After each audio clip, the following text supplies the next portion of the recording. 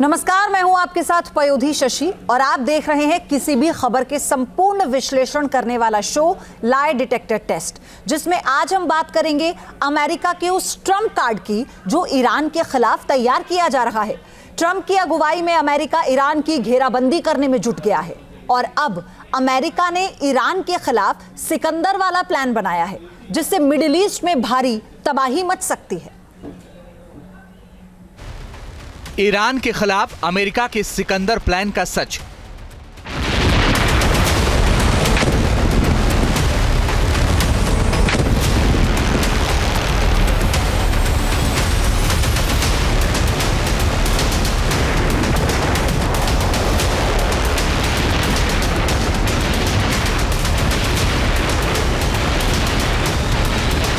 Middle east में Iran के तीनों मोहरे लगातार पिट रहे हैं।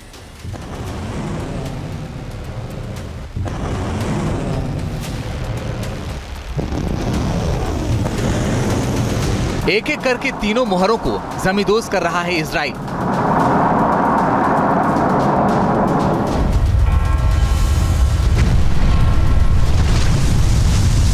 गाजा को इजराइल ने खंडहर में तब्दील कर दिया।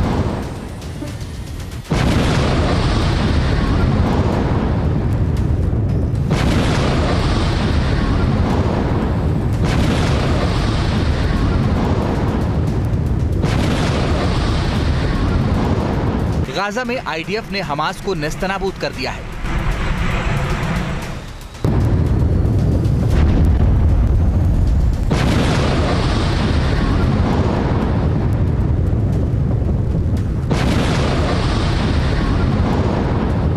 लेबनान में हिजबुल्लाह के आतंकी ठिकाने एक एक करके तबाह हो रहे हैं।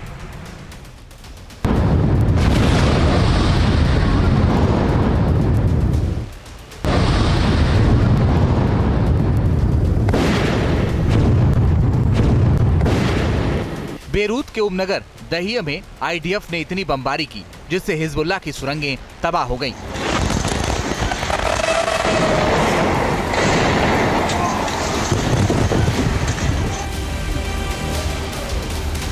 सीरिया में भी ईरान के पिट्ठुओं पर आईडीएफ लगातार अटैक कर रहा है।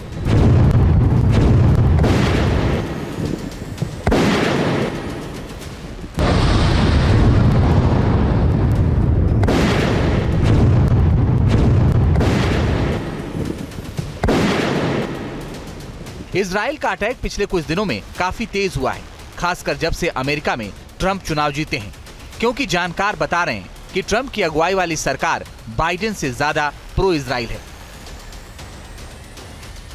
मतलब कि इजराइल को पहले से कहीं ज्यादा सपोर्ट मिलेगा। ट्रंप की जो टीम बन रही है उसको देखकर ऐसा लग रहा है कि मिडिल ईस्ट में अमेरिका अपना कंट्रोल पहले से ज्यादा करने की कोशिश करेगा और ईरान पर नकेल लगाने की कोशिश करेगा, जो ट्रंप की नई टीम में भी दिखाई दे रहा है। अमेरिकी राष्ट्रपति चुनाव में जीत के बाद ट्रंप की जो टीम बन रही है उसमें ज्यादातर इजराइल की नीतियों के समर्थक ही लोग हैं। इनमें से तमाम लोगों को इजराइल भारी भरकम चंदा भी देता है और उसमें से एक हैं बिल्डर स्टीवन विटकॉफ। इन्हें डोनाल्ड ट्रंप ने मिडिल ईस्ट का प्रभारी बनाया है। विटकॉफ यहूदी समुदाय से आते हैं। उन्होंने चुनाव में व्यापारिक यहूदी समुदाय को ट्रंप के पक्ष में इकट्ठा किया, तो जाहिर है कि ट्रंप सरकार की नीतियां इजराइल के हित में ही होंगी, जिससे ईरान में टेंशन हाई है। ट्रंप के चुनाव जीतने के बाद ईरान पर अब तक का सबसे बड़ा खतरा मंडराने लगा है। अपने सबसे बड़े दुश्मन को सबक सिखाने के लिए ट्रंप ने खतरनाक प्लान बना लिया है।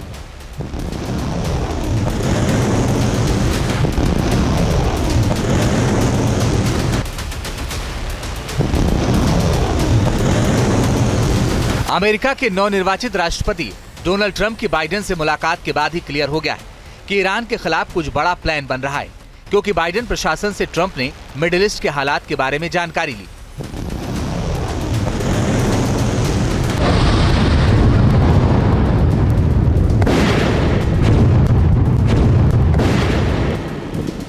मिडिल ईस्ट में ईरान लगातार अमेरिका की बादशाहत को चुनौती दे रहा है।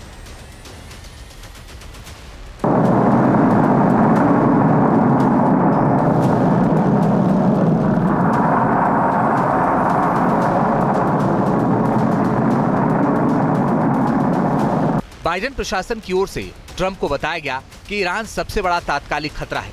बाइडेन प्रशासन ने मिडिल ईस्ट में ईरान को लेकर आगाह भी किया है।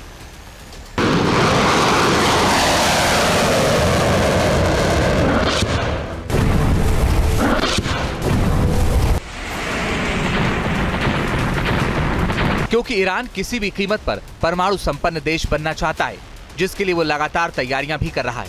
लेकिन अब ट्रंप की मंशा क्लियर है, किसी भी कीमत पर मिडिल ईस्ट में ईरान के बढ़ते वर्चस्व को जमींदोज करना। इसके लिए उन्होंने बाकायदा प्लान भी बनाया है।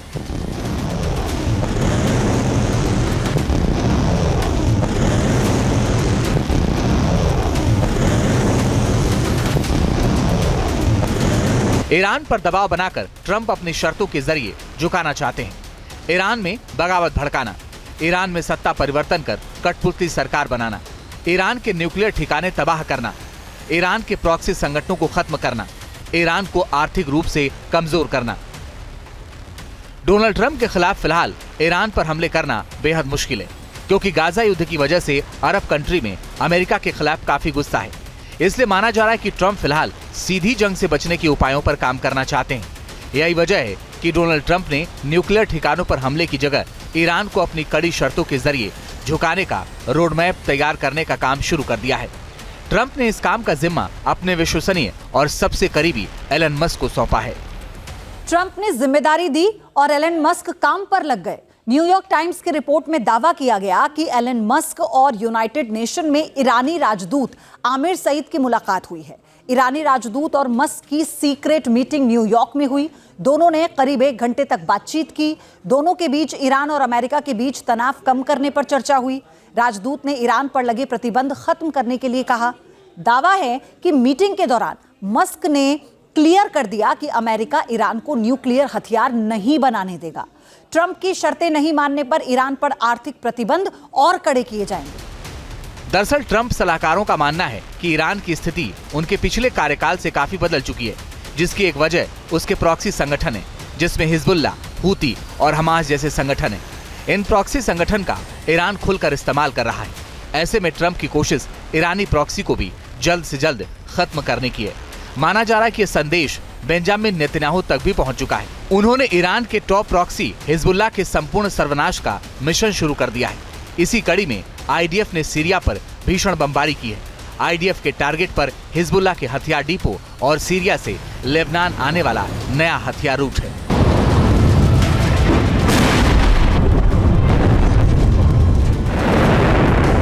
अमेरिका का डिफेंस पार्टनर इजराइल लगातार ईरान के मोहरों की कमर तोड़ रहा है।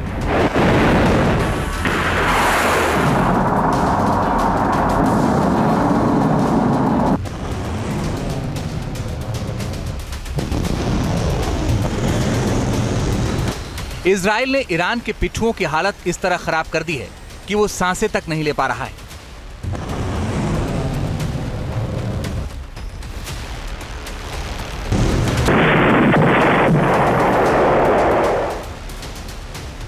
और इधर अमेरिका अब आतंक के ऑक्टोपस की लाइफलाइन को काटने पर जुट गया है। अमेरिका के टारगेट पर है ईरान।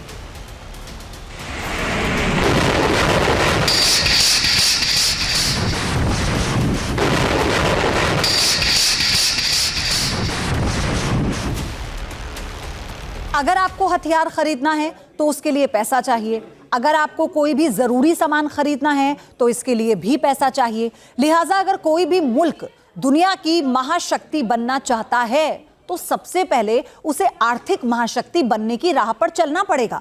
और अगर किसी देश की कमर तोड़नी है तो उसे सामरिक चोट से पहले आर्थिक चोट दो। अमेरिका भी ईरान के लिए यही रणनीति बना रहा है। ट्रंप का प्लान है ईरान को आर्थिक रूप से कमजोर करना। 20 जनवरी को डोनाल्ड ट्रंप अमेरिका के राष्ट्रपति पद की शपथ लेंगे, लेकिन उससे पहले ही ट्रंप ने क्लियर कर दिया है कि वो ईरान को दिवालिया बना देंगे। ट्रंप का प्लान है कि ईरान पर इतना आर्थिक प्रतिबंध लगा दो कि ईरान की सांसें उखड़ने लगें। ईरान में खामेनेई के खिलाफ बगावत के सुर उठने लगे। जब ईरान की जनता रोटी कपड़ा के लिए सड़कों पर होगी तो ईरान में तख्ता पलट किया जा सकता है। ईरान को आर्थिक रूप से कमजोर करने के लिए ट्रंप ने प्लान भी बना लिया है। ईरान की पूरी इकोनॉमी कच्चे तेल पर डिपेंड है और ट्रंप आने वाले दिनों में तेल वाला ही खेल खेलना चाहते हैं। ईरान दुनिया में तेल का 7वां सबसे बड़ा उत्पादक देश है। उत्पादन का करीब आधा तेल निर्यात करता है ईरान। मौजूदा वक्त में ईरान रोजाना करीब 1.5 मिलियन बैरल तेल एक्सपोर्ट करता है। मतलब कि ईरान की पूरी अर्थव्यवस्था तेल पर ही निर्भर है। और जो रिपोर्ट सामने आ रही है उसके मुताबिक ट्रंप ईरान के इसी आर्थिक स्रोत पर चोट पहुंचाना चाहते हैं।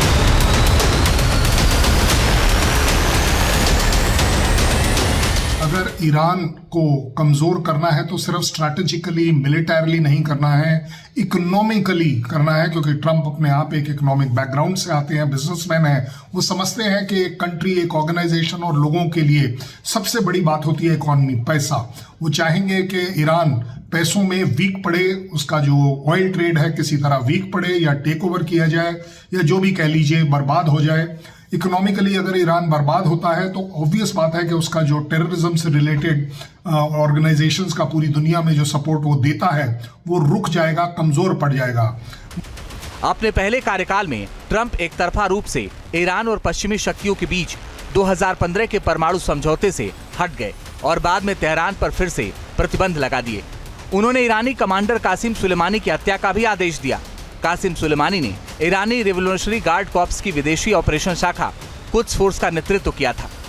ट्रंप ने अपने 2024 के राष्ट्रपति चुनाव अभियान के दौरान कहा कि अमेरिकी राष्ट्रपति जो बाइडेन की तेल निर्यात प्रतिबंधों को सख्ती से लागू करने की नीति ने वॉशिंगटन को कमजोर किया, जिसका फायदा ईरान को हुआ। लेकिन अब ऐसा नहीं होगा, क्योंकि ट्रंप ने प्लान बना लिया है कि ईरान के तेल वाले खेल को ही डिरेल कर दिया जाए। अब सवाल यह है कि ईरान से कौन कौन से देश तेल खरीदते हैं।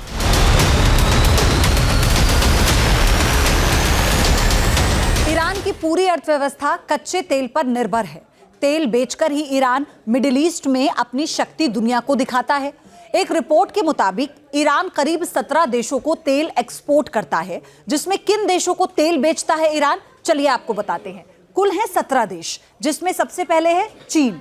चीन को भी तेल बेचता है, भारत को तेल बेचता है, एक्सपोर्ट करता है, जापान को करता है तेल एक्सपोर्ट, दक्षिण कोरिया को तेल बेचता है, ग्रीस को तेल बेचता है, स्पेन को तेल बेचता है, इटली को तेल बेचता है और यूरोप के कई ऐसे देश हैं जहां पर ये तेल को लेकर अपना व्यापार करता है। ट्रंप के चुनाव जीतने के बाद ईरान भी सजग है। वो जानता है कि ट्रंप सत्ता संभालें उससे पहले ऐसे हालात बना दिए जाएं जिससे बातचीत की टेबल पर बार्गेनिंग पावर कमजोर न हो। ट्रंप किसी भी कीमत पर नहीं चाहते कि ईरान न्यूक्लियर पावर बने।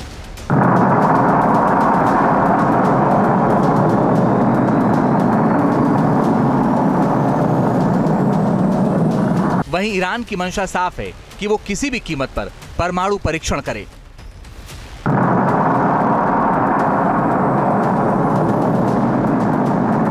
जिससे जब बातचीत की नौबत आए, परमाणु परीक्षण को लेकर बात हो, तब वो परमाणु संपन्न देश बन जाए, जिससे मुद्दा ही खत्म हो जाए और मिडिल ईस्ट में जो खबरें आ रही हैं वो डरा रही हैं। सवाल यही है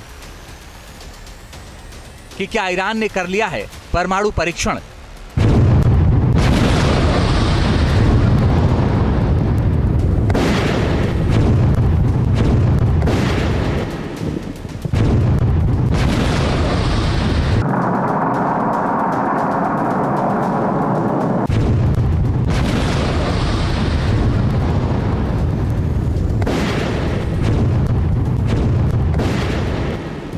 पिछले कई महीने से दावा किया जा रहा है कि ईरान न्यूक्लियर टेस्ट करने के बेहद करीब है। IAEA ने चेतावनी दी है कि ईरान ने अपने संवर्धित यूरेनियम के भंडार को 60% तक बढ़ा चुका है, जो परमाणु हथियार बनाने के लिए जरूरी 90% तक करीब है और वो किसी भी वक्त परमाणु बम बना सकता है। और संभवतः उसने ऐसा कर लिया हो, क्योंकि वो लगातार बैलिस्टिक मिसाइलों को अपग्रेड कर रहा है। दावा यही किया जा रहा है कि ईरान परमाणु बम बनाकर समझौते के टेबल पर आने की तैयारी कर रहा है। वैसे भी मिडिल ईस्ट में ईरान सबसे ताकतवर मुल्कों में से एक है और मिडिल ईस्ट में इस्लामिक मुल्कों में ईरान को सबसे ताकतवर मुल्क कहा जा सकता है और इजराइल के खिलाफ मोर्चा खोले रहता है।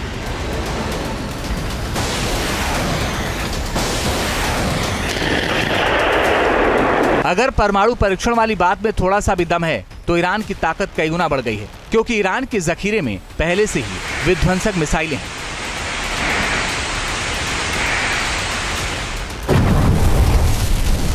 तो ईरान के जखीरे में एक से बढ़कर एक हथियार हैं, लेकिन ईरान को अपनी मिसाइल ताकत पर काफी भरोसा है। इसके दम पर वो मिडिल ईस्ट का बेताज बादशाह बनना चाहता है और मुस्लिम ब्रदरहुड का अगुवा भी बनना चाहता है। ईरान के पास कौन कौन सी मिसाइल है उसे भी आप देख लीजिए। चलिए एक बार बताते हैं आपको ईरान की मिसाइल ताकत क्या है। तो सबसे पहले शहाब 3, इसकी रेंज क्या है? 2000 किलोमीटर इसकी रेंज बताई गई है। इसकी जो स्पीड है वो है 8643 किलोमीटर प्रति घंटा और इसका पेलोड कितना है? 1200 किलोग्राम का इसका पेलोड है। चलिए आगे कद्र की हम बात करते हैं। इस मिसाइल की रेंज है 1950 किलोमीटर। इसकी स्पीड क्या है? इसकी स्पीड है 9000 किलोमीटर प्रति घंटा और इसका जो पेलोड है वो है 650 से लेकर 1000 किलोग्राम तक। आगे बढ़ते हैं। अब हम बात करेंगे खैबर की। इसकी रेंज क्या है? 1450 किलोमीटर। स्पीड क्या है इसकी? 5000 किलोमीटर प्रति घंटा इसकी स्पीड है। अब आगे बढ़ते हैं, अगली मिसाइल की हम बात करेंगे फतह 2। हाइपरसोनिक क्रूज मिसाइल है। रेंज है 1450 किलोमीटर। स्पीड क्या है? 6000 किलोमीटर प्रति घंटा इसकी स्पीड बताई जा रही है। हज की बात करते हैं, हज कासिन। इसकी जो रेंज है ये है 1400 किलोमीटर। स्पीड है 6000 से 15000 किलोमीटर प्रति घंटा। इसका पेलोड कितना है? 500 किलोग्राम इसका पेलोड है। जाहिर है जिस तरह से हालात बन रहे हैं उसे एक बात तो क्लियर है कि 20 जनवरी 2025 के बाद अमेरिका में तो काफी कुछ बदलेगा ही। मिडिल ईस्ट में भी बड़े बदलाव के संकेत मिल रहे हैं। सवाल यही है कि क्या जो काम बाइडेन नहीं कर पाए वो डोनाल्ड ट्रंप करके दिखाएंगे, ईरान को घुटने के बल लाएंगे। Team news nation.